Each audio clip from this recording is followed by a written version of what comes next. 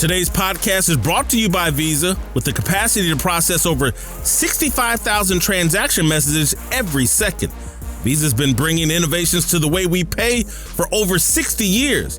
Imagine a world where, instead of just tapping to pay with your Visa, you had to wait for everyone in front of you to cut a check everywhere you went. Imagine how much fun it'd be trying to track down your cousin in Milwaukee for league dues. That's why Visa's vision is to be the best way to pay and be paid everywhere, so you won't have to. Whatever your goals are, Visa makes paying fast and easy. The only thing left to figure out is, where would you like to be? Visa, everywhere you want to be. Hey y'all, Uncle Jimmy here. When you speak for yourself, you're forced to think for yourself. And when you think for yourself, the sports world looks different.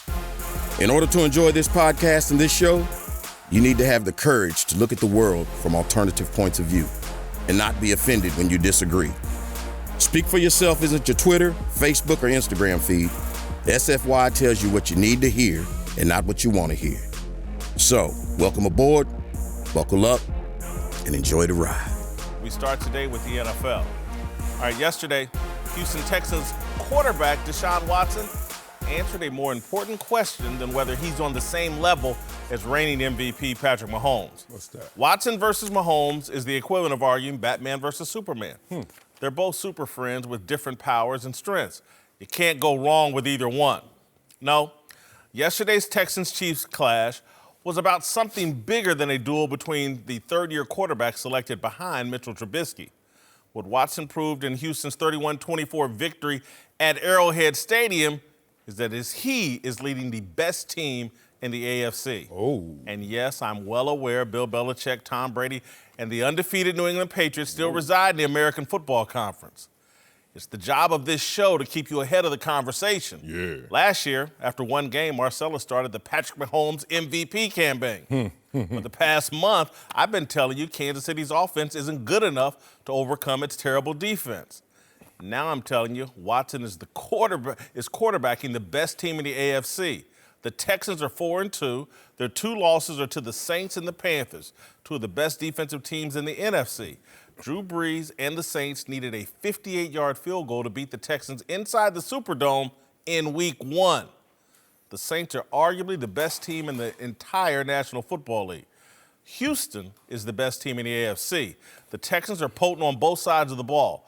J.J. Watt isn't what he used to be, but he's still a disruptor who requires a double team. Houston's defense is middle of the pack in terms of points and yards allowed. That's good enough because Watson and Houston's offense have elevated to the next level. At the time, Texans coach Bill O'Brien looked desperate and foolish, giving up 2 first-round picks for Dolphins left tackle Laramie Tunsil. A week before the season, he did that. It was a win-now move, a Hail Mary thrown by a coach trying to save his job. It worked. The knock on Watson had been that he held the ball and took too many sacks. He was sacked a league-leading 62 times in 2018. Sunday marked the second straight week Watson wasn't sacked. It's a combination of improved offensive line play and Watson's pre-snap brilliance. Right now, it's a mistake to blitz Deshaun Watson. He's playing the game between his ears the way Peyton Manning used to. Watson might as well shout, "Omaha, Omaha," before each snap. Every time the Chiefs blitzed on Sunday, Watson had an answer in 1.5 seconds. The ball was out of his hands to a receiver. That's his equalizer to Mahomes' ridiculous arm talent. Watson is the smartest quarterback in football right now. He's the perfect quarterback to take on Bill Belichick's defense. I'll take Watson in that matchup. All right, joining the desk now are Fox Sports NFL analysts LeVar Arrington and Bucky Brooks.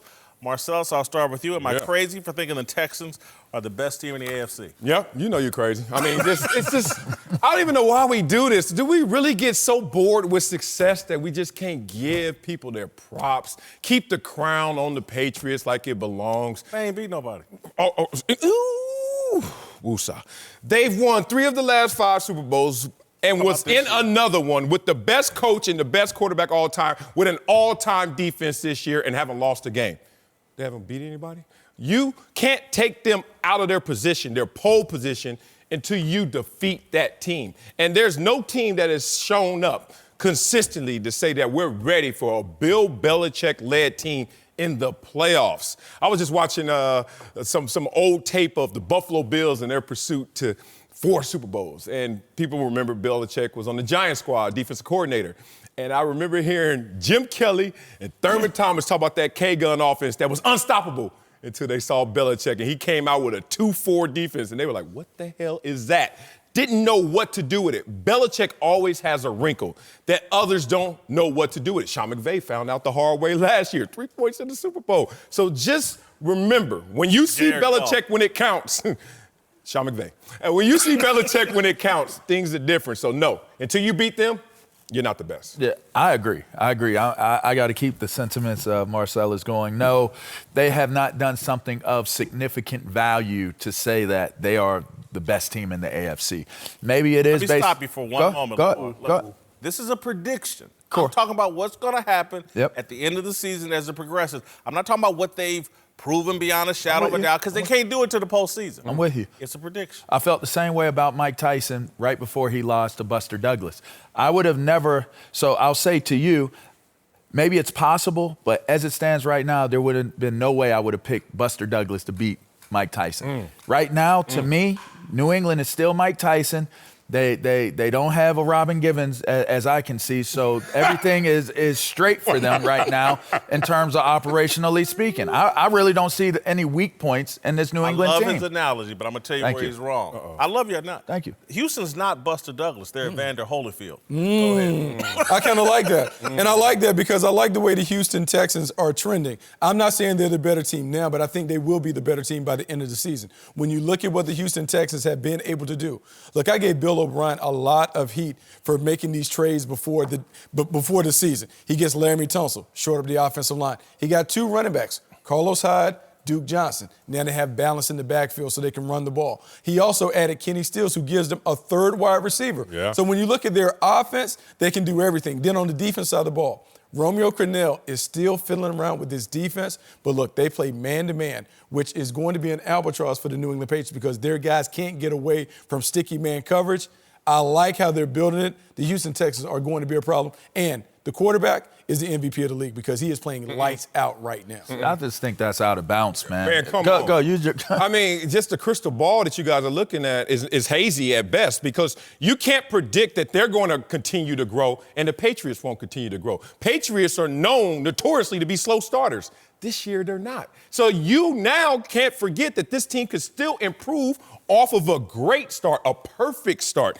They haven't shown weaknesses to the point of losing yet. Understand their strength of schedule is not the best, but they're beating their opponents. And they're doing it at a mark that they're not used to doing. So when they grow on top of having an all-time defense, not a good defense, not a great defense, an all-time defense, giving up only 8 points a game, what is Deshaun Watson and that offense going to do when they see that? Tom Brady, he declines at the end of the season. When we see at the end of the regular season, December, January, where it gets cold, you know how it is. When you're old, it gets cold. You just don't get as loose. It's a little different. Yeah. So in a battle of quarterbacks, I think that has to go to Deshaun Watson. I am then you're talking sick about and tired of people saying that Tom Brady declines at the end of the season. Well, he does. They still win the Super Bowl. Yeah. They still win. And here's the reality of that. Whether he declines or not, wherever those levels need to even out and balance out what the Patriots are, it happens. And that is a part of having a team, not just a player or a They got a competitor. team over in Houston. They got a complete team. But when have they won the big game? I get it. You can't sit there and you call him Evander Holyfield. How many big fights was Evander in before he fought Mike Evander was Tyson? somebody but before that. listen, with all the great champions, Mike Tyson, you hear about their rise. Oh my God, there's this young guy coming. And that's all I'm saying about Houston. And they're coming right now. And again, I jumped on their bandwagon last year, and they let me down because I was too premature. This year, I'm not. But what makes you feel that? Where's the dominance? I don't see the dominance of this team. You get to my very next point. I don't think you watched every snap of that game yesterday. I was literally forced to because my Sunday ticket streaming service was out. It was the only game I could watch. Pay your bills. And, no. It went out of money. My streaming was working.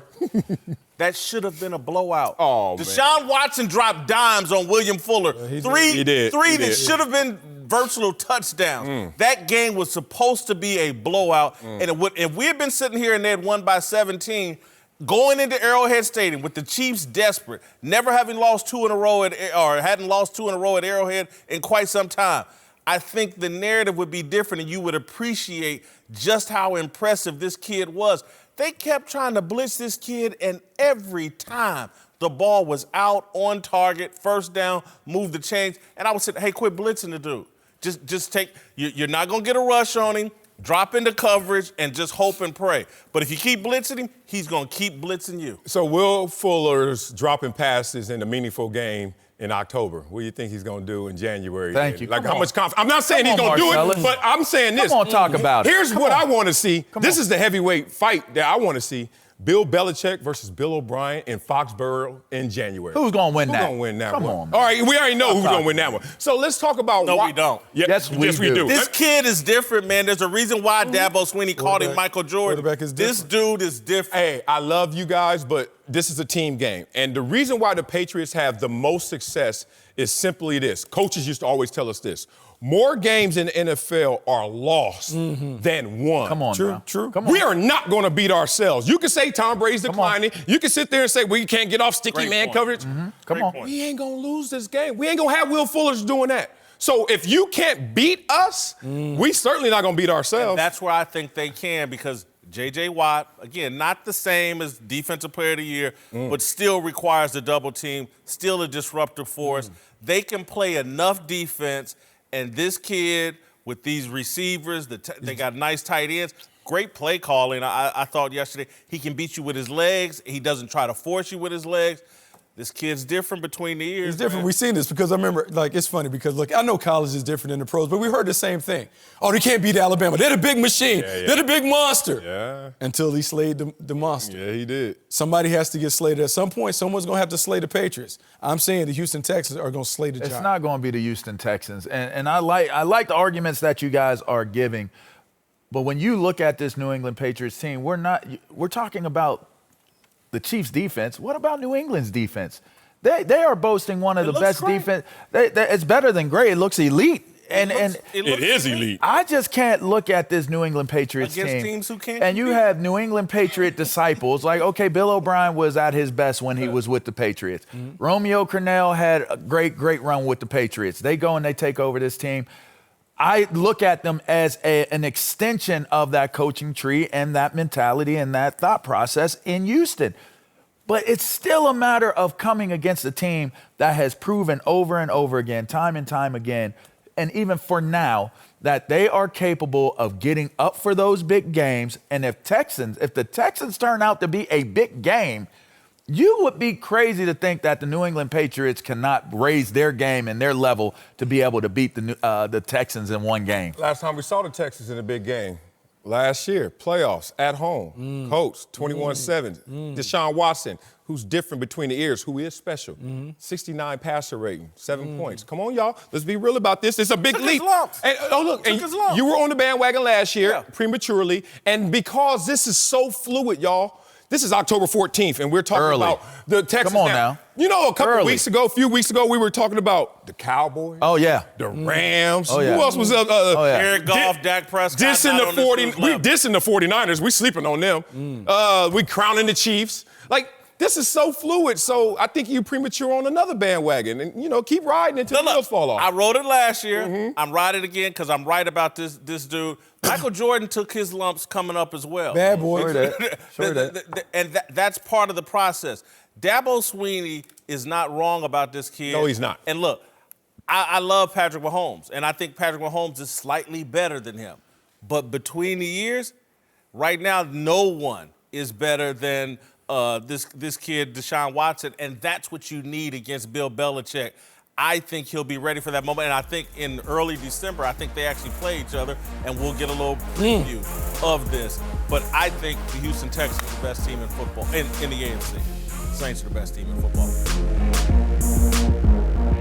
Hey guys, this is Jason Whitlock from Speak for Yourself. Are you ready for what's ahead? You can't always predict the future, but you can game plan for it. Generations of families and businesses have harnessed the power of Pacific to help them reach their unique goals. Whether you need to save enough money to meet your needs, ensure your family is protected, or make sure you don't run out of money, Pacific Life has a variety of financial solutions that can help. Pacific Life counts more than half of the 100 largest U.S. companies as its clients and has been named one of the 2019 world's most ethical companies by the Ethisphere Institute. Protecting what matters most to people for 150 years and counting? That's the power of Pacific. Ask a financial professional about how Pacific Life can help you game plan for the future, or visit pacificlife.com. LeVar Arrington is back with us. We're joined now by Fox NFL analyst TJ Houshmandzadeh. Time for a big story presented by Hyundai. Let's move to the LA Coliseum where Jared Goff and the Rams got dominated by the 49ers in front of their home crowd. Goff had one of the worst games of his professional career, throwing for just 78 yards. Sean McVay's offense continued to sputter, thanks in large part to a stingy 49ers defense that has San Francisco atop the NFC West at 5-0. After the game, Richard Sherman had a message for all the doubters. You can't worry about what the experts say. We just hope that they stick to their word. We want them to sound dumb at the end. Like, stick to your guns. If you were calling us pretenders in the beginning, call us pretenders now. Call us pretenders the whole time, because you gotta be that way. You don't get to go hindsight is 2020 with this every year. You know what I mean? Just stick to your word. Stick to your guns. All right. Did yesterday say more about Jared Goff or the 49ers defense? Jared Goff and that price tag. Oh, man, $30 million quarterback out there throwing for 78 yards. Ooh, yuck. 54 completion percentage. Laughing at that. Hey, man, Dak shouldn't be laughing too much because Dak's in the same category as Jared Goff. Since week 4, they've had 3 losses. Think about it. Dak Prescott, Matt Ryan, Andy Dalton, and my boy Jared Goff. Since week 4, 3 L's. And it's because of Jared Goff. Look, Sean McVay and Todd Gurley putting a lot of makeup on Jared Goff right now, because when we're seeing him without a running game, without at home, which was not home because that was a 49er crowd in the Coliseum. I'm just disturbed to see that he got that much money and then is going out there and putting up performances like this. And they're starting to domino. It's not like, okay, this is an anomaly. It's starting to domino in terms of, can he be a savior of franchise quarterback, or is he just supported by great resources all around? Sam Bradford. Well, I do think it's the Niners defense actually more so than Goff. And I think that it's the Niners team buying into this Niners defense. The offense does nothing to put that defense into a bad situation going out there on the field. You watch the way they play. They slowly tighten up the way they play on you as the game goes on.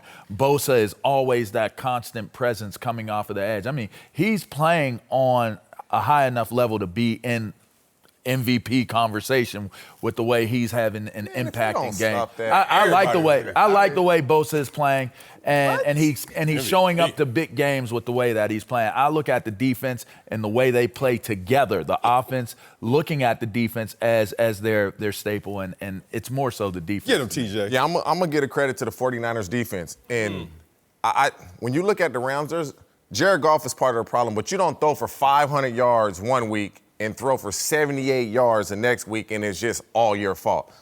When you look at the 49ers, you look at their defensive line. Number 2 pick, number 3 pick, number 7 pick, number 17th pick, the 23rd pick. What team can throw that out there? They got 5 defensive linemen that were all first-round picks, and for the most part, they are doing a pretty good job. The worst one is Eric Armstead. DeForest Buckner, and he had a sack yesterday. Yeah. And so when you look at that defense, they're going to be tough to beat. I was early in the season, before the season started, I thought the 49ers would be a surprise team if Garoppolo could stay healthy. They don't have the weapons on offense. Kyle Shanahan gets a lot of credit for what they're doing, but it's this defense that's winning games for him. I'm going to say something nice about the 49ers defense because it is tremendous. And I think one thing that's a little bit undervalued is Richard Sherman provides an attitude and a confidence for a defense. Credibility. I think Richard Sherman, again, not to disrespect any of the other guys, Cam Chancellor or Earl Thomas, Richard Sherman is the Legion of Boom. And he's taken that He was the catalyst. He's the catalyst. Over to San Francisco. It was that intensity he brought. He brought that intensity. They got a chip on their shoulder. Yeah. This defense playing with his chip. Give him all that credit, and it's great. But here we go. You give a guy $34 million a year listening. prematurely because the little young coach, hey, this is my Frankenstein, my creation, and yeah, it's Frankenstein. Now you got a monster out here, and I was never in on Jared Goff. From the moment we saw him on Hard Knocks to all the way through the Super Bowl, I was never sold on Jared Goff, and he's getting exposed now. He's not a guy you pay $30-some-odd million. He's, again, Sam Bradford, does some nice things, but is he really, really firm in the pocket? And I watch both of these. I watch this game as well, and when I watch Patrick Mahomes, who's worth $30+ million. When I watch Deshaun Watson, worth $30 million, and then I turn on to see Jared Goff, there's the distance between those guys, the gap between is just enormous. From here and with the arm, Rams got a problem. They do have a problem. They had a problem yesterday on the money downs. He went 0 for 13 on money downs, third and fourth down. 0 for 13. You can't luck up and get one. When you hitting that quarterback and you're a defense lineman, they panic. I get it. Sometimes when he shouldn't panic, he panics. And that's the problem. That's to Whit's point of, like, you got to be bigger than these circumstances. You got to be greater than, okay, no Todd Gurley this week. Or you got to be bigger than, okay, I went out there against Seattle, should have won that game. But now he's regressed. 7-7 in terms of touchdown interceptions, 80 quarterback rating. Like, everything is just average at best. And you're talking about a team now that needs him to pull them out of this funk, this rut. And he doesn't look like he has those capabilities right now. I look at it from the standpoint of when you look at the running game, it's failing. It's failing this Rams team. Yeah. And not having Gurley, trying to figure out what you're going to do. The same thing is taking place in Dallas, all right? Dak is suffering because the run game is giving them no type of relief. So these defenses have now adjusted, and they said, this is what we're going to do to these types of teams with the Goffs and with the Prescotts and all that. We are going to put the game in the hand, on the arm of these guys. So when you say $30 million arm, even when you say that, this guy has to be able to throw the ball, deliver on third downs, get those completions, get the ratings up, get the yards. If you have no running, as a former, and you were a pass rusher as well, as a former pass rusher, there is nothing better to me than being in a game where I can pin my ears back and say, I'm not worried about no run. I'm coming straight to that quarterback, and I'm giving it everything that I have. And right now, Jared Goff is unfortunately having to deal with being on the side of that end. My knock on Jared Goff is the thing that people were celebrating earlier. Oh, Sean McVay talks to him right up until the very last second in his helmet. And so it's like he's a puppet that's controlled from the sidelines. Again, I just watched the Chiefs and the Texans. Those quarterbacks have help on the sidelines, but they're not puppets. They're creative. There's no creativity here with Jared Goff. There's not. Deshaun Watson isn't satisfied with Bill O'Brien hooking him up to puppet strings. He's out there helping with his pre-snap reads and how quickly he identifies the blitz and moves the ball on time. I just don't see any of that from Goff. He's controlled by the sidelines. He's an example of Sean McVay's ego being out of control. They've overpaid his creation, and his creation can't function on its own. Let's move to Cleveland, where Russell Wilson and the Seahawks pulled out the win over the struggling Browns yesterday. Cleveland made good on its promise to get Odell Beckham Jr. more involved, with OBJ grabbing 6 catches for 101 yards on 11 targets. But Baker Mayfield threw another 3 interceptions, bringing his total to a league-leading 11. And after the game, Freddie Kitchens was asked if turnovers killed the Browns' momentum. What do you think? I think it was, yeah. You can't move the ball if you turn the ball over. So simple as that. Execution. Can't turn the ball over. Do what you're supposed to do. I got to call better plays, okay? But it's execution and turning the ball over. All right, the Browns are struggling, and so what is their biggest problem right now at 2-4? Baker Mayfield, Odell Beckham Jr., or Freddie Kitchens? All right, America, you ready for this? Y'all already knew what it was. Oh, wow. Baker Mayfield, man. Since the Cleveland Browns have returned to Cleveland, what was that, 20 years? He has more interceptions than all of the quarterbacks that have been on that roster. There's 30 of them. And that includes Johnny Manziel, y'all. Think about the turnovers that he's committing and what's the number one statistic in terms of telling you who's going to win or lose a game. Turnover differential. So that's what he's doing right now. I met Baker Mayfield 2 years ago with a camera crew. And I was like, oh, he's number one overall pick. He's the Heisman Trophy winner. Of course he's going to document every experience. This summer, based off every time I watch a commercial, he's in it. I know he had a lot of time to do those things. And I understand if he were in a different system, maybe he'd be a different quarterback and he didn't have a young, inexperienced coach. But damn, it all falls on you when you're the quarterback, especially when you talk like you talk and so far walking like you're walking. Y'all want me to go? Yeah. I'll go next. There you go. You want to see that? Get a close-up of that there, right there. Boy. You want to go get a little close-up of that there? That's Fred Kitchens, man. And the reason why it's the coach is because it is a lack of development. And I look at guys like Pat Riley and guys that have been able to coach the big personalities with Phil Jackson with a ton of talent. Sometimes it's not really about doing anything else other than managing the personalities and the talent that is on your team. If you can have success doing that, you can win. We're not seeing that take place here. It's hurting the development. As a matter of fact, it's arrested development for the quarterback, for Mayfield. And then you look at Odell and you look at Jarvis, they're disappearing. You're not finding the best and helping them bring the best out of themselves. You're actually perpetuating whatever it is that they have personally. I'm Odell Beckham, that's what it represents, and it stops there. I'm Jarvis Landry, it stops there, so on and so forth. And I think that that's a symptom of a lack of credible leadership. Freddie Kitchens, it's his problem. I don't even think OBJ should be on the list, to be honest with you. You haven't seen my list. Go ahead. I know that. When you just look at Baker Mayfield is turnover prone. You know that now. That's obvious. Run the ball more. The last few games, Nick Chubb is averaging 5 yards. Why aren't you running the ball more? Put Baker in situations where the reads are really defined. You can't force the ball. You're calling plays, number one, that if he's not comfortable with, those are the plays he's probably having trouble with in practice. Don't run those plays. Put him in better situations. Put him in advantageous situations that he can have success. He's not doing that. The balls he threw to Odell yesterday, some of them catches he were making, unreal. Some of those could have been interceptions. Odell saved him. This is Freddie Kitchens. Get a better game plan, a lot more easier to understand. Simplify it. Run the ball more. Run the ball. I'm going to surprise no one and say Odell Beckham Jr., and I'm going to just say this. I think that the blame really spreads out real equally.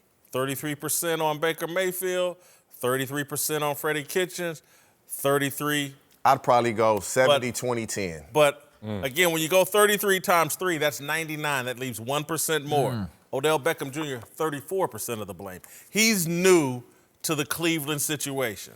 We saw what Cleveland was at the end of last year without OBJ. They didn't need OBJ. Different head coach. That's true, but they didn't need a second wide receiver, a second number one wide receiver who makes Jarvis Landry a number 2. They didn't need the extra attention, the extra drama, the extra circus that OBJ and all the Super Bowl expectations. If you just leave OBJ out of this and just try to build off of what you did last year, I think Baker's under less pressure. I think the head coach is under less pressure. I think there is no one we got to get OBJ the ball. Instead of, we got to win this game regardless of how we do it. But he was turning the ball. Baker was turning the ball over last year without OBJ. He was turnover prone last year. And I think they're also still in the same situation, Whit. I really do. I think if you look at this team and what they were able to accomplish or what they're thinking about with a Baker Mayfield and having Jarvis Landry there, the whole reason why they went so cold so quickly with you was based upon them thinking that this is a super, super talented, competitive team that they put together. They were going to deal with those type of expectations regardless. And I think if they weren't, they might have gone out and got a different coach as opposed to promoting internally. I don't want my young quarterback who's still, what did he have, 10 starts last year? I can't remember, because didn't they start Tyrod Taylor early on? Yeah, early on. And so I don't want my young quarterback dealing with OBJ and Jarvis Landry. And that's not even calling, because I don't even consider Jarvis Landry a problem. But I don't want my young quarterback under that kind of pressure that there's one guy over here that if we're not making happy, and there have been signs all year that they're trying to make OBJ happy. When Freddie Kitchens started complaining because someone allegedly strangled OBJ on the field, that's all BS. But that goes back to the coach.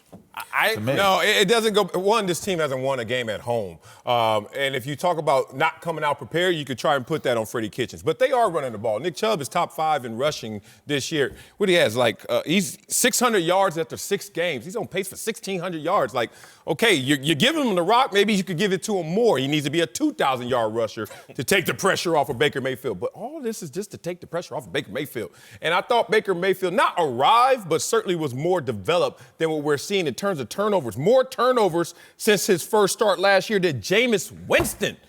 We already know. Everybody, right. We already know what Jameis going to do. And he threw 5 yesterday. And he threw 5 yesterday. So the point of it is, I think it really comes down to who's the distributor? Who's the one that's distributing the emotions? Who's the leader of the emotions of this team? It was supposed to be Baker Mayfield. It's the coach. It's the coach. Once OBJ shows up, how can it be Baker? It gets hijacked in some respects. That's not fair. That's why you have to have a leader. You have to have a leadership quality where you're balancing things. Odell shouldn't have to take the blame for because he's going to get that wherever he goes. Because he has a personality. Right. The blame gets thrown on him. That shouldn't be the case. He can't throw the ball and catch it. I agree. Yeah, Tom Brady, Giselle's wife. LeVar Arrington and Bucky Brooks Newton is also back with us already. Time now for Darnell's question of the day. You know what's coming. Darnell, take it away. Yes, sir. Let's move to London, where Kyle Allen led the Panthers to their 4th straight win yesterday. Even before the game, yes, sir. A report dropped that Cam Newton might not get his job back even when he's healthy. And afterwards, Ron Rivera wouldn't promise that Cam would be the starter again. Check this out. I'm not going to worry about it. I'm not going to speculate on anything until I have to address that. So until then, we're going to stay in the now. We're going to stay in the focus on what we're doing right now. So again, as far as I'm concerned, we're just not going to deal with the question until it's time. All right, guys, what advice would you give to Cam Newton? Go out standing on your feet. Yeah. Don't take a knee. Don't try to become a martyr. Don't pull the BS Colin Kaepernick pull. Just take it like a man, on your feet. If Kyle Allen takes that job from you, don't whine and cry about it. Go to another city. Los Angeles Chargers, Tampa Bay Buccaneers, someplace else, and go prove that you're still a great quarterback. Yes, his success would be his greatest revenge right now. I would seriously tell Cam, prepare to move on. When you hear those statements from your head coach, that means behind closed doors, they're saying worse things, and they're also considering all things, which includes our franchise quarterback may never step on this field again. So it's up to you, Cam, who've been questioned before by this team, by this organization, in terms of leadership and the way that he went about being a leader. Right now is the time for you to show true leadership in whatever role is assigned, because some of this is out of his hands. Let's just be real. Because of the injuries. Production and the fact that they win every game with Kyle Allen and they don't win any games with Cam Newton of late, and the injuries keep piling up. So if I'm Cam Newton, I make sure I show the greatest professionalism in my departure because it looks like the writing's on the wall. Winners don't leave with their tails tucked between their legs, and they don't leave walking out. They go out with a fight. And if I'm Cam and I'm talking to Cam, if I'm advising Cam, I tell Cam, be a man and go talk to your head coach. You tell your head coach, we have had 3 winning seasons since you've been the head coach of this team. You know who you've had those winning seasons with? Me. You're not supposed to lose your job based upon an injury. You're supposed to lose your job because somebody better beat you out or it was time to move on. Neither have been proven just yet. You're saying that it could be Allen. That's fine. But put me back in and see if I can run this team the way that it needs to be ran for us to win games. It could have been just we needed to get into the system, learn how the system of the offense works. Let me run this offense. If I prove I cannot win, and Kyle Allen is the guy, then you gracefully bow out. But other than that, you can't lose your job based off of an injury. No way. Oh, yeah, you can't. No way. Alex Smith showed No that. way. This is unbelievable. Like, I'm over here, like, seething because I can't believe we're trying to give my man's job away. You know who else has been out with an injury and the team has been winning? The New Orleans Saints. Are we having the same conversation with No, Teddy we're Bridgewater not. being the starter? We're not. Why is that? Bow out, so Drew look, Brees. we have There seen. is a reason, though. Why is that? Because What? Drew Brees, as last seen on the football field, is not the same level as Cam Newton. You do know that. Drew Cam Brees Newton is is last- hurt. Neither is the Carolina Last Panthers. seen on the field. He's hurt. Cam Newton's Drew been hurt. Brees, Last year? as last seen on the football field, was in the NFC Championship game. Did they win? And should have been in the Super Bowl. Nah, they didn't win, though. They didn't Drew win. Brees They didn't is a better win. team. He's They a didn't Hall win. of Fame They- quarterback. They Don't they put didn't Cam. win. and I am love putting him Cam, in the same thing. I'm putting him in the same deal. as Drew Brees. Yes, I am. Damn you, And look, Bucky. here's the thing. With North Turner, we have seen Cam Newton play at a high level. First 8 games last year, 67% completion percentage, passer rating over 100, until he got whacked and got hurt. We have to give him an opportunity to be the franchise quarterback in the system that was originally set up for him with Christian McCaffrey and all the toys around him to see if he can be that guy. Only then can you move on, because he has to fail before you move on. Lost 8 but to straight think starts. 8 straight. 8 straight. a quarterback, So did Ron Rivera. A quarterback wins.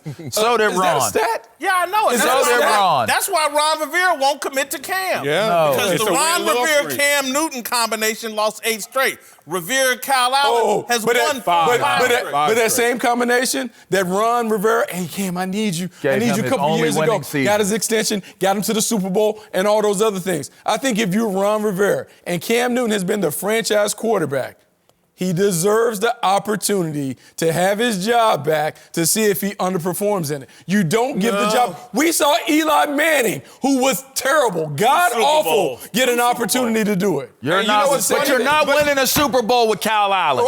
Stop it. But we also go. You're not gonna win a Super Bowl with Kyle Allen. In this process, look, you talk through actions in the NFL, and the last 8 games seen from Cam Newton has told them a lot. I'm not gonna say everything, but enough. Politically, you should put Cam on the field to let him live or die what he does in that performance. But we saw 8 performances in the same system. This is not his first year in this system. He was in the system before. And we see the results. Here's the thing that really is damning to me. It's the injuries. He's not going to be the same player in terms of We don't injuries. know that. They're piling We don't up. know And you know why that. they pile up? Because 1, when you get older, you're not as pliable. And 2, as the doctors say, you in the same spot a little longer because you're not as quick. You're not as fast. You're not reacting the same. They also made him evolve into the traditional quarterback. Remember, because that was the conversation. When Norv Turner came in, hey, we need to evolve so he can age gracefully at a position. He can't continue to be the guy that he was and be an older quarterback because we don't see those running quarterbacks last a long time. So what does he do? He becomes a pocket passer. And you know what happens? He gets hurt. So at the end of the day, the Carolina Panthers have to make a decision. If Cam Newton goes back in, Cam Newton has to be the guy that he was always asked to be. Run the ball, do all those things. And do what? He been doing that since Blaine College, dog. He been a battle ram since You know what? You know what? All those schools, they all won. Blaine College, Auburn, Carolina, they all won when he was the running quarterback. that doesn't get hurt Mhm. and is a running quarterback. Name the aging running quarterback. Name how many aging The quarterbacks point- do we but see? you guys We are got the getting Holy lost Grail. on Cam. You cannot get lost on the fact that Ron Rivera is connected to Cam at the hip, and the reason being is Kyle Allen is not the quarterback to make them a Super Bowl competing team. All he wants to do is get into the playoffs. And did you not watch the video? They're not a Yes, yes, yes. Did you watch Yes. Ron Rivera? Right. That was him disconnecting himself from Cam Detaching Newton. that hip. Unfortunately for him, he does not have the luxury of disconnecting Why? He himself. has a new owner. Because He has a new owner. that is the quarterback that has been a part of his only winning seasons as a head coach. Nah, man. So you're saying if I can't win as a head coach with this guy as the starting quarterback, then it's probably time to start having a conversation about moving Who on signed from the that? coach. No, the owner that signed that marriage certificate between Rivera and Cam Newton is not the same owner now. So guess what? That's null and void to me. I'm looking at right now immediate results, and I'm seeing a quarterback, regardless how good he is, he's not had a turnover yet, and he hasn't lost a game. He hasn't had an interception, but he has 6 giveaways. He's thrown the Yeah. ball 6 times. Interception. And I just heard you guys talk about Jared Goff. Oh, you know what I'm saying? It was Boy Wonder that was making him do that. Kyle Allen is nothing more than a joystick for the Carolina Panthers and Norv Turner. the right All price. he's doing is he's a At the joystick right just price. running the thing. This offense It's all about Christian McCaffrey. We know that. Christian McCaffrey is the one. So we're talking about the quarterback and this and that, but you all know, because we all been in playoff games.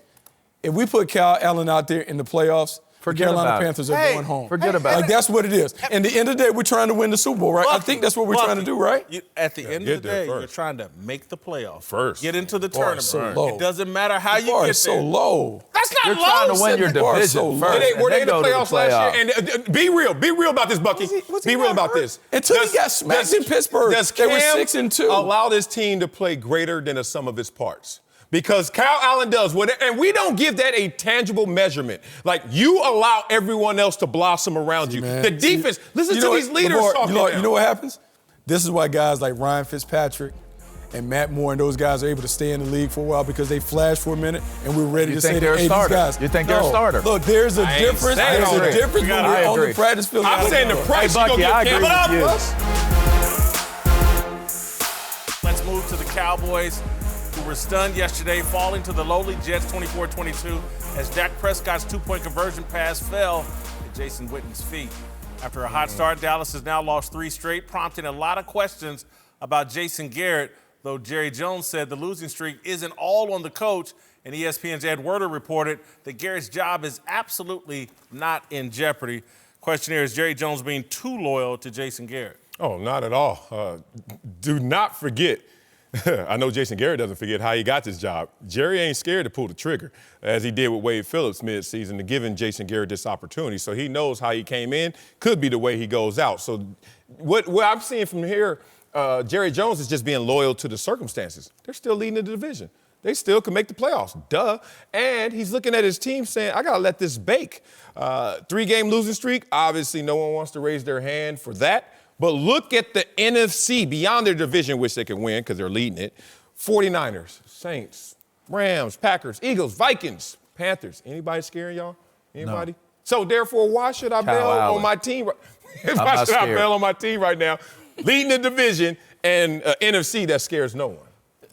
I look at this team and I say, it's early enough in the year where you don't have to pull the ripcord and panic. And I think that's what Jerry Jones is subscribing to right now. This has now turned into more, and it makes him look educated and not giving out all of these different contracts that everybody was thinking he should give. It has now turned into a true evaluation time for Jerry Jones and what he's going to do with the remainder of these parts. Sure. When the season started, do you think Jerry was like, I'm looking forward to this evaluation time? No, he wasn't. He's looking forward to a Super Bowl. That's thought correct. He constructed a Super Bowl team. They're 3-3 and have lost 3 straight. But if that's all the way true, he gives Dak Prescott that contract that he's looking for so that Dak can just go ahead and play. There was something there, to me, there's still something there where you're saying, I need to wait and see. And while I won't say them losing these games would change what he's thinking, I still think that it brings a dose of reality to say, we did have to pull back a little bit on giving out all these big contracts to wait and see what our team is going to do, what our coaching staff is going to do moving forward.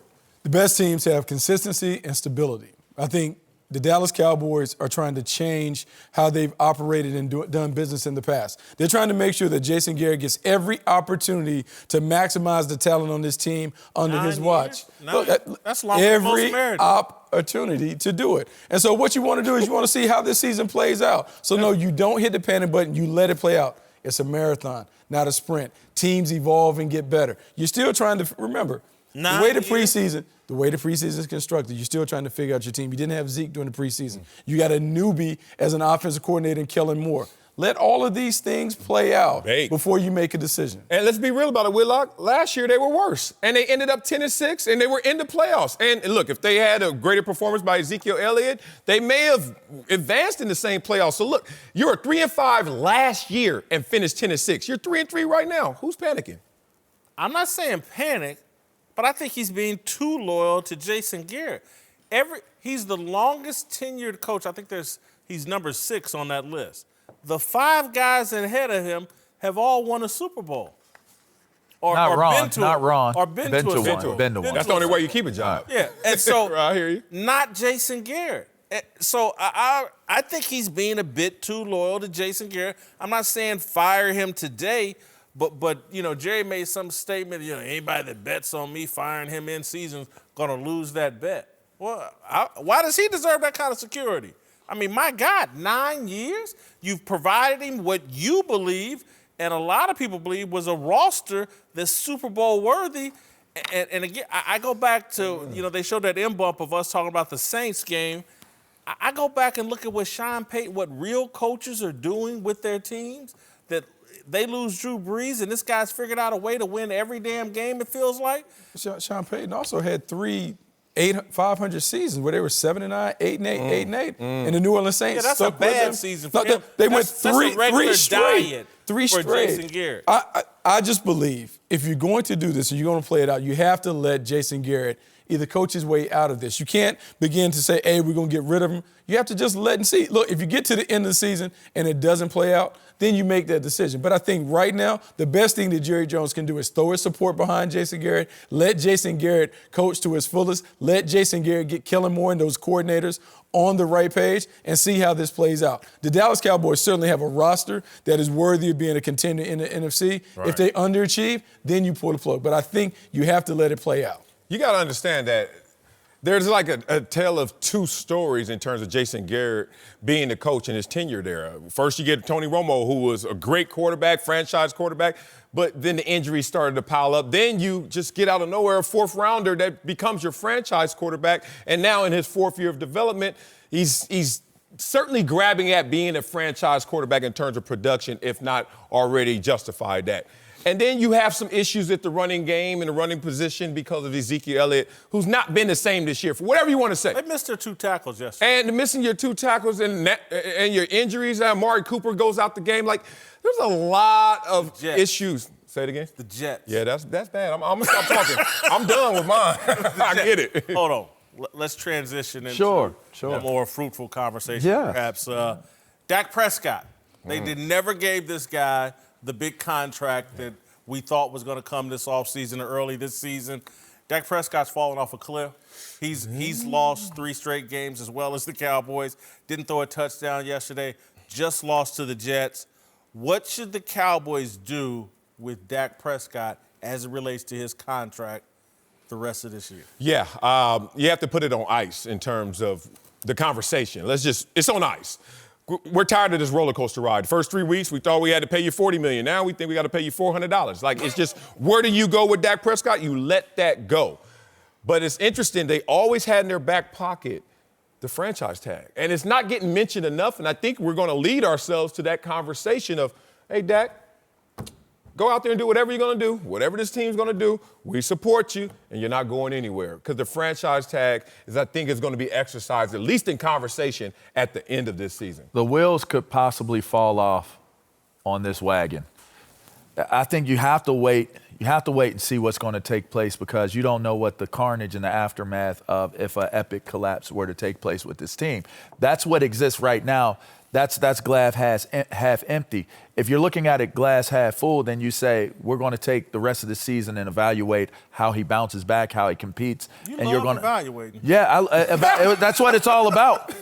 When you're talking about paying the money, you have to. I don't think it is. I think you have to wait until you get to a point where you can look at the personal assessment of where this guy is, how he fits into your scheme, and into the future of your team. I just don't think you give the deal now. I don't think you do it now. Man, I mean, y'all blow my mind. Like, y'all? Why can't we give Dak Prescott his money? We gave Jimmy Garoppolo his money There after you go. 5 Justifying games. bad with worse, huh? 5 games.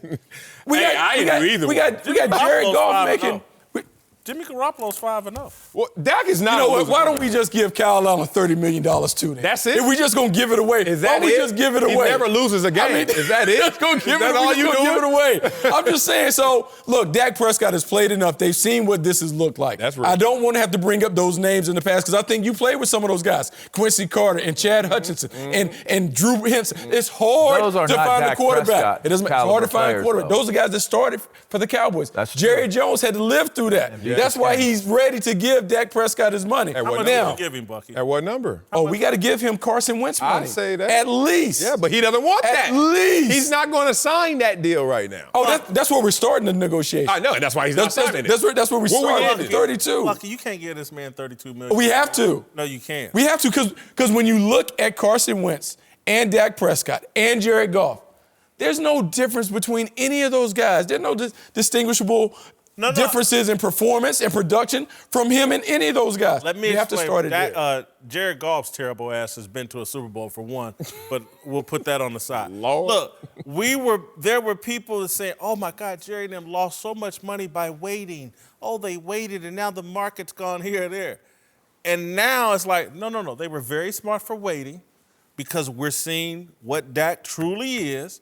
You pay him in the 20s. There's no way. Or you tell I'm him, walking out. Yeah, I'm not with I'm you. walking out. I'm walking out. I'm going to walk down Pico. There's no way. There's no way. Let me tell you one thing I don't do. This crazy dude is talking about franchise tag. No, way in hell I'm franchising that's that. actually Let him walk. One, you was about to call me more than a dude. I heard that. And two, hell yeah, Let him give me a walk. franchise tag to keep that dude still. Let him walk. I'm not giving him 150 if I don't believe in him. I would let him walk. Let him walk? Yeah. And get who and do what? Draft somebody. He is not a my losing God, we've quarterback. seen He has that. never had a losing season. We've seen Can y'all that. understand? This dude's a winner. The franchise tag, as much as you think the franchise tag is in the Cowboys' pocket, it's actually in Dak Prescott's pocket. Because once he signs the franchise tag, the leverage then goes to him. And also know this, the CBA is going to flip, and it's going to be more money. And that $30 million that we're talking about is going to be a bargain because when Patrick Mahomes come up, we're talking about $40 million at a minimum. Let me ask you this. Is Jared Goff overpaid?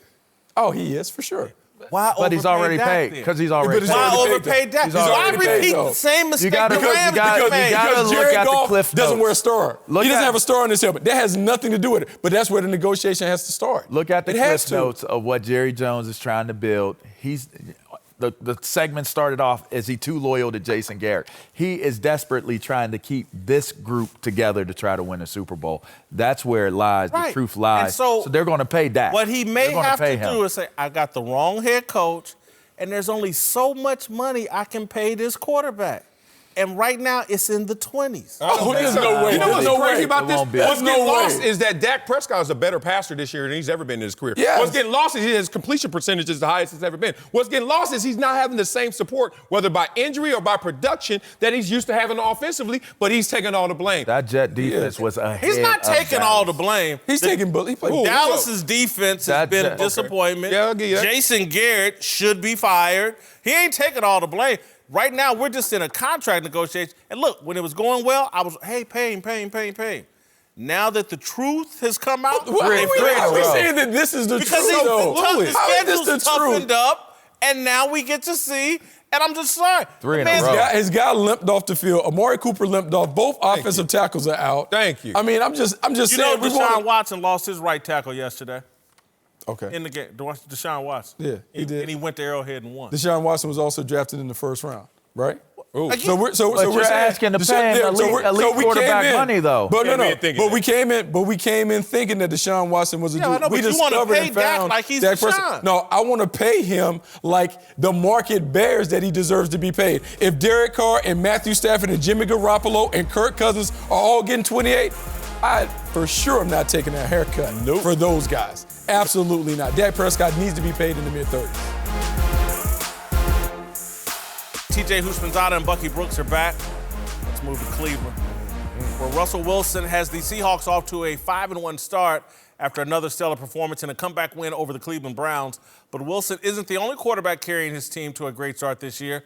Deshaun Watson helped pull off a huge win over the Chiefs in Kansas City yesterday and has Houston atop the AFC South at 4-2.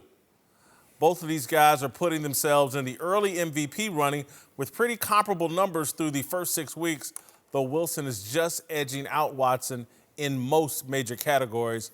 All right, the question is, who is going to win the MVP? Not just based on now, but who is going to win the MVP? Deshaun Watson or Russell Wilson if you had to bet today? Same one who's leading it right now, Russell Wilson. Like, that gap right there is all you need. Last year, we saw Patrick Mahomes and Drew Brees, and we saw that same gap, and we were like, but let's go with the story of Drew Brees. He's never won, and tried to go there. And it wasn't enough to close that gap. And I don't think that Deshaun Watson, despite his greatness, there's going to be enough story to close this gap as well, because certainly by the numbers, Russell Wilson, only the fourth quarterback in history to go out there in the first 6 games, 100-plus quarterback rating. No interception. Zero. He plays the game in such a cerebral way. He's so smart, stays within his skin, and stays out of harm's way. This one, if it just stays pat, I don't see how Deshaun Watson closes this gap. Well, if Deshaun Watson and the Houston Texans, if they do what the Whitlock said, it's easy. Deshaun Watson's going to win it. Russell Wilson is leading the race right now. He has yet to play San Francisco. When you play that team and that defense, and if he can do what he's doing twice to San Francisco, what he's done to the league thus far, you got to go with Russell Wilson. But if Deshaun Watson has more to work with, if you say yes, definitely. DeAndre Hopkins, Will Fuller, Kenny Stills, Tyler Lockett, DK Metcalf, you pick those top 3 receivers, you're going to probably go all 3 of the Houston receivers. So Deshaun Watson has more to work with, and if they play how you think they're going to play, it's a no-brainer. Deshaun Watson's going to win it. And they just lost their tight end. I know, this is different. Like, look, if this was normally where it's most outstanding player, it'd be Russell Wilson based on what he's done. Most valuable player is going to be Deshaun Watson. Deshaun Watson's value to the Texans, his ability to get them over the top. We talked about it in an earlier block. We expect the Texans to be right there with the Patriots at the end and to topple them. If his team is playing at the level where they emerge as the heavyweight in the AFC, Deshaun Watson's going to win the award. Well, the votes are in before the playoffs, so who knows how it ends in the playoffs. But it's We'll have that a great regular December season. game. Yeah, they're going to play the Patriots. Play in the December. Patriots, right. That could swing some votes. All-time defense and there. so, playing an all-time defense. And look, Russell Wilson, as TJ pointed, he's got to play San Francisco in that defense twice. I think Russell Wilson's going to win it. And the reason why is there you go. He needs it for his resume. And so people are into story. Damn it, Russell Wilson's having this incredible season. Let's give him the MVP. He may not be in position again. Deshaun Watson's a young guy. However, having said, if it doesn't go well against San Francisco, if they don't win their division, I see a path for Deshaun Watson because I think people are just catching up to the Deshaun Watson story. I think this year, with his comments in the post-game press conferences where he shows his football intellect after every game, I think people are going to catch on to that story. Dabo told him. And start really believing, like, this dude is the smartest guy playing quarterback right now. He's not the smartest. He's just the one that's staying the longest in the press conference. Like I hate when we do this. That's what they used to do with Peyton Manning. He's the hardest working quarterback. No, he ain't. Because you're the only one that knows his time clock. A lot of other guys are getting in there, too. Not always translating results. But that's the problem with this. I ain't play sports for story. I don't want to hear about how great you didn't can be. vote for MVP. Hey, did you hear what Russell Wilson and MVP is? Did you hear what happened yesterday? What? Russell Wilson headset went out. He called the entire first drive of that game. He said, I couldn't hear anything, so I just called the plays on the first drive. They went down the field and scored. Cool. So his intellect is trust me, I think it is on par with Deshaun Watson, but I'm just in terms of story, and I'm telling you, if you watch this dude yesterday in terms of what he did at the line of scrimmage, it was Peyton Manning-esque. I watch a lot of football. A lot of times I don't see Tom Brady doing all that, and he does. I'm sure he does. I'm not trying to denigrate it. I'm certainly not trying to denigrate Patrick Mahomes or anybody, but for a young kid, I just think his story is going to get better and better. He can do things with his legs. He has everything on the table for him, but he utilizes those parts intelligently rather than some guys that just lean into their running ability, some guys lean into their throwing ability. This dude is using all of his tools very intelligently. Yes. He's using them all well. Hand the ball off. Carlos Hyde, go get it. Your old team. I know you're fueled. Oh, we kept Patrick Mahomes on the sideline out for 40 minutes? Oh, yeah, that's the way to do it. And this is no shot at Deshaun Watson. This is a marvelous game plan. Indy provided them the week before.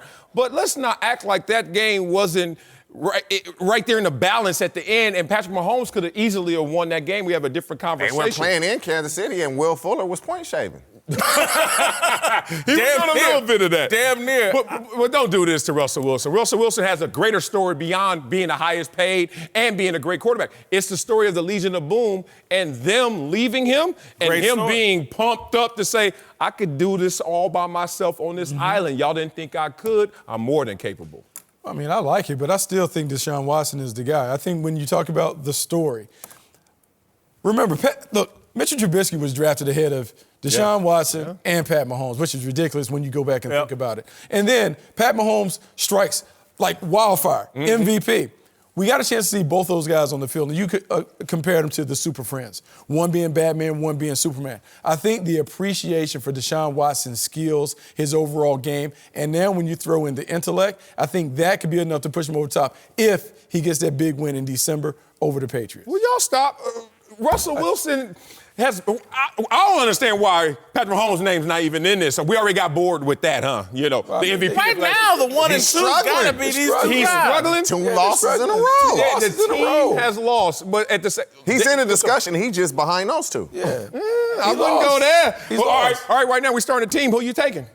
Oh, look at that conversation get quiet. It got quiet in the building. And the numbers are not wide enough for you to say, oh, I'm going to go take this guy. They're all comparable. Who you taking? Like, I mean, That's a Deshaun tough call. I'm Watson taking is special. Patrick Mahomes. I know who you taking. Bucky, you got Cam, right? Cam Newton? No, but I thought you want to replace. I thought you want to replace Pat cold. Mahomes with Kyle Allen. Darnell. Stop. That's a good one. What happened with the Super Six this weekend, Darnell? Yeah, no one hit the jackpot, but 34 lucky fans walked away richer this weekend. Make sure you download the Fox Sports Super 6 app, play for free for a chance to win. Uncle Jimmy's here to help us talk about our approval ratings for Deshaun Watson. But first, who's your big dummy of the day? You don't know? You know, There you it's go. you. Oh, God. Did you or did you not tell Cam Newton that if he wanted to get his job back, don't do like Colin Kaepernick and get down on his knees? Yeah, How in the hell you expect him to get his job back then? we're not touching that. Yeah, that's what I thought. All right, let's talk. Nice advice. Let's talk some Deshaun Watson. Act like who these led the brothers don't listen to him. Texans to a huge win in Kansas City yesterday. I said earlier, Watson reminds me of Peyton Manning. I also said that Watson and Mahomes were like Superman and Batman. All right, Marcellus. Yeah. You played against Peyton Manning. Do you see did. any similarities between Watson and Manning? Obviously, commitment, all in, egoless. Like, you just see how embracing they are in terms of having that star power, having that command, that cerebral capacity, but still inviting all to be their best and to shine. So I see that. Like, Deshaun Watson steps on the field, and he doesn't suck the air out the offense. He actually gives life to everyone else. Peyton Manning did the same thing, despite having stars all around him. Deshaun Watson could, as I think about this, could run two 40-yard dashes in the time it took Peyton Manning to run one. I don't know. Peyton gonna lean with that neck. He ain't even got to take a step. All right, Uncle Jimmy, am I crazy? The Batman, Superman, Peyton Manning analogies, crazy today? What's your take? Deshaun Watson is Batman. Because he ain't no real superhero. Batman. He ain't even part of the DC universe. He part of the BS universe, if you ask me. Oh, boy. Hey, Please. Go get him. Look, man, Batman couldn't do nothing on his own. He got to have help from Robin, the commissioner. He need a running back, defense. Hell, Sunday he had a better coach. See, Batman, in order to win, has to use deception and trickery. I could use another word, but I don't want to get fired if I mess up the word truckery. Yeah. Huh? But see, y'all saw him, man. Y'all know Batman got that tool belt. Mm-hmm. See, and with that tool belt, he run around out there dropping flags all over the field. You know, I saw him, man. He got out there, man. He sprayed the DBB gone all around him. You know, he might have been on that Bill. No, he might even been on that Bill Belichick mess. Tape some of the Chiefs' practices. You know he a millionaire. He could have bought them tapes from TMZ. That ain't the one that. That ain't how. You know, wait. But you're right about this now. Patrick Mahomes is Superman.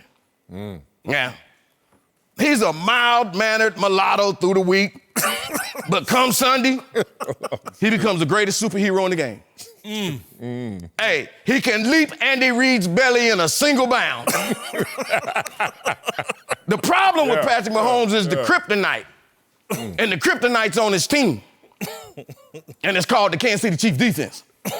That is true. I agree with that. Hey, look, that defense make me weak. So I know damn good and well it makes Mahomes weak. That's why he be on the sidelines holding his head like this. Ah! Because he got that super hearing and he can hear what's going on in the defensive huddle. He hear them arguing, talking about, it ain't my turn to rush the quarterback. I rushed it last time. And they act like a bunch of damn kids. They be like, Andy, tell Frank to rush the quarterback. He's like, I hate him. Now, why'd we even get him from Seattle? Come on, man. Look here, man. Now, Uncle Jimmy been accused of having superpowers in the past. You know, I ain't beyond giving you an hour of that power or even 4 minutes of the damnedest. So I know superpowers when I see them. The only thing Superman had going for him on Sunday was his trusty and faithful cheetah, Reek. And together, they set out to right the wrongs that was perpetrated by Batman and his minions. At the end of the season, I promise you, I guarantee you, we will hear Patrick Mahomes stand up and say, when trouble is near, I am not slow. So it's hip, hip, hip, and away I go. That's underdog. That ain't Superman. Wrong. All right, listen. Same thing. I've got. You saying he ain't underdog? I got Deshaun Watson. Oh, you got me there. All right. All-star status at a 70. 23 job performance, 7 all-time greatest, 23 character, 17 authenticity, all-star. I argued higher than that. I argued to the point of a GOAT status. If you can see everything he's doing right now, you got to love him, man. All them shots you took at Deshaun Watson during the show. I know, which is amazing that I'm on the higher end. What about them shots he took this weekend? What, the Chris Brown concert? Twitter agrees with me. They got him at an all-star. Hey, married men, stay home for Chris Brown concert, brother. I got. All right, we're off tomorrow.